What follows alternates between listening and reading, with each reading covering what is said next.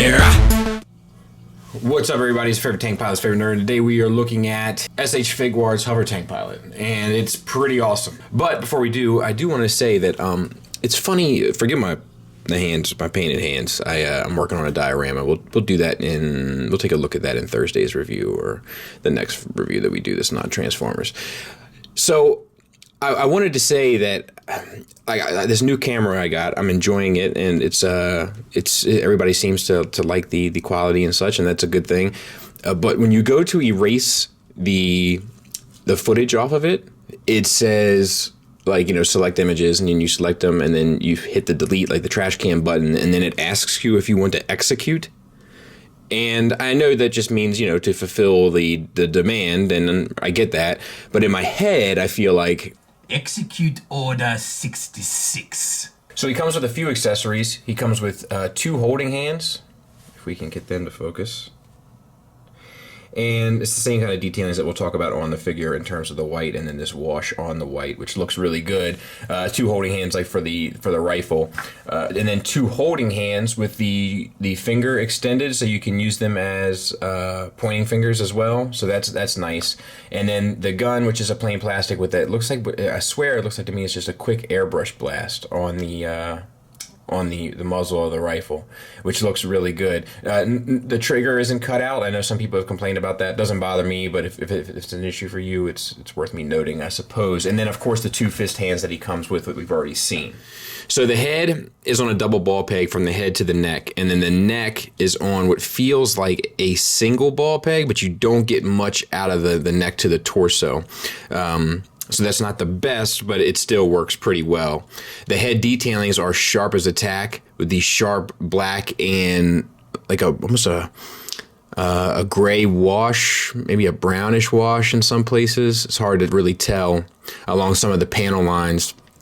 And then all the other line work is really sharp. Let's see if I can't zoom in on that for you, just to see how incredibly sharp it is, just for a comparison. There's the Hasbro one. Now, I like the Hasbro, the dirt on the intakes there. I like that. But the line work, there's really just no comparison.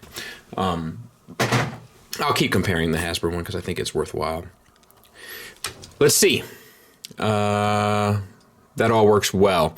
The shoulders, we have the same type of thing that we always see, where it's a hinge at the shoulder coming into a ball peg and a socket, and then this cover that covers down on the joint.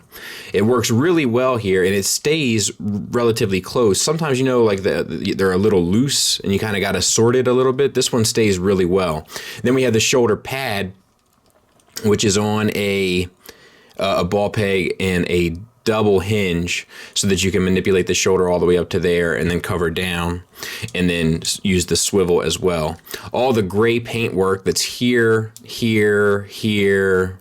across the chest there, down in there, all looks spectacular, sharp as a tack. And then we have the light, it's ever so subtle, but it's a light wash on the panel lines to really make them pop all along.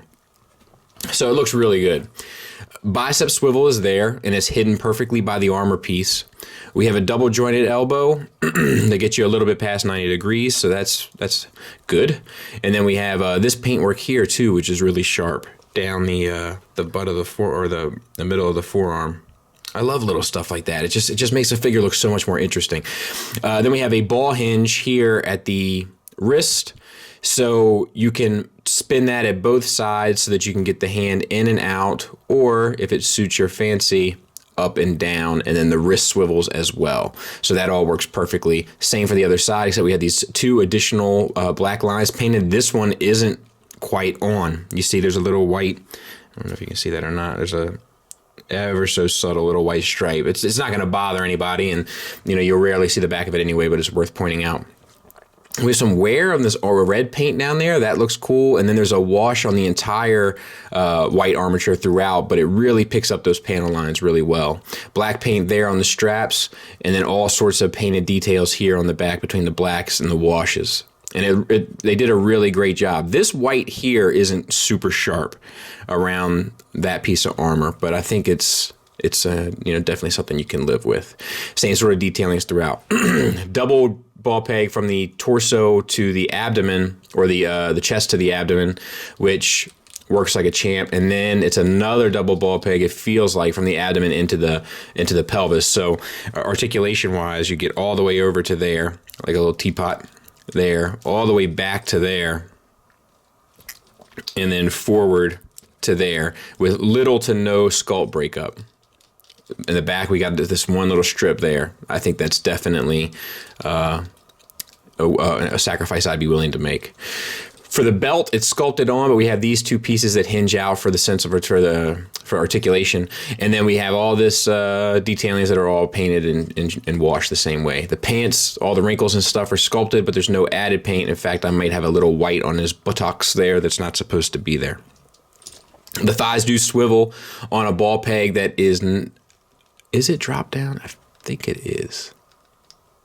Let's see this one. Yeah, it is. It's just tight. So they're drop down T-jointed ball joints, so you can get up to 90 degrees. So nothing to complain about there. And out to a little shy of 90, but I think that's okay. And then you had the thigh swivel as well that we talked about, and the waist swivels too. So we're good to go there. And we have a single jointed knee, sculpted well, looks good, gets you a great range.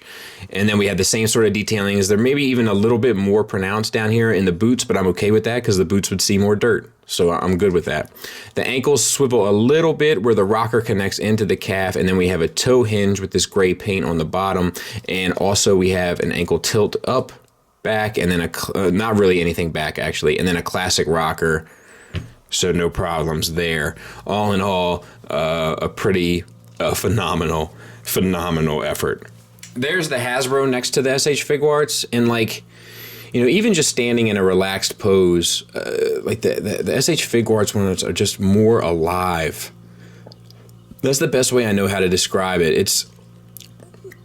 It's really interesting to me. Like, just a little bit of added articulation in all the right places can really make a figure look more lifelike, where this one looks very static. Tons of more paint detail on here than here, but this is a good Hasbro offering. The thing is that this is a $20 figure and this is a $60 figure, but I'm not entirely sure that this isn't worth $40 more. You know, like with the added materials, articulation, paint, etc., I think is definitely worth $60. But I think this is still a good offering, and you know how I feel about Troopers. You can never have enough, so you might as well just pile them on all the different companies you can. That being said, I think when you see them next to each other, you definitely see where, you know, the cost comes into play. And one just, I don't know, I hope you guys know what I'm saying, but one just looks more natural and more alive. And especially in this type of pose. You know, if you go to put them in, say, you know, a more like striking pose or a dynamic pose, or, you know, like a scene type pose, you know, like, you know, they're over there type of unit. And then with this guy, you just you just don't have the options, because the articulation and the hand options and stuff is just not as good. What makes this not be able to do this are the hand options, the double jointed elbow, and you know, and a little bit of the torso articulation. Like, it doesn't have as wide of a range, so you could really, you know, you can give him attitude. And I think it's just, for me, and I know a lot of people are just like, you know, give me the cheapest that's the most acceptable, and I get that, but for me, it's just worth it. Final thoughts wise, I think it's fairly outstanding. I think the paint is spectacular. The materials are great. The joints are beautiful, with one exception that I will talk about. The sculpt is spectacular. It's next to none. It is amazing. The price point is great, especially with, you know, unfortunately for the yen, it's a little bit down right now. So, you know, I was able to get this and the Stormtrooper for under $100. The accessories are not necessarily in abundance, but they do make sense. And I just don't have much negative to say about it. And I mean, like, it's just fun to mess with. I was when I got him, I was messing with him the entire, like for probably an hour before I could stop putting him down. Like, it's just, you know, he just has that kind of presence. You know, look at that. It's Just a beautiful, beautiful, beautiful figure. So definitely pick this up if you're a Star Wars fan, if you're a Rogue One fan, if you're a Stormtrooper fan, or if you're a good Trooper fan, or a good toy fan, rather. Not a good Trooper. Bad Trooper, to be quite honest. But yeah, it's almost a 10. The one thing I do want to point out is we've been talking recently about the joint inconsistencies with Figuarts that we've seen recently. This shoulder here is a little tighter. The hinge is just a little bit tighter than every other joint. It makes it a little frustrating, but that's pretty much the only thing bad I have to say about this guy.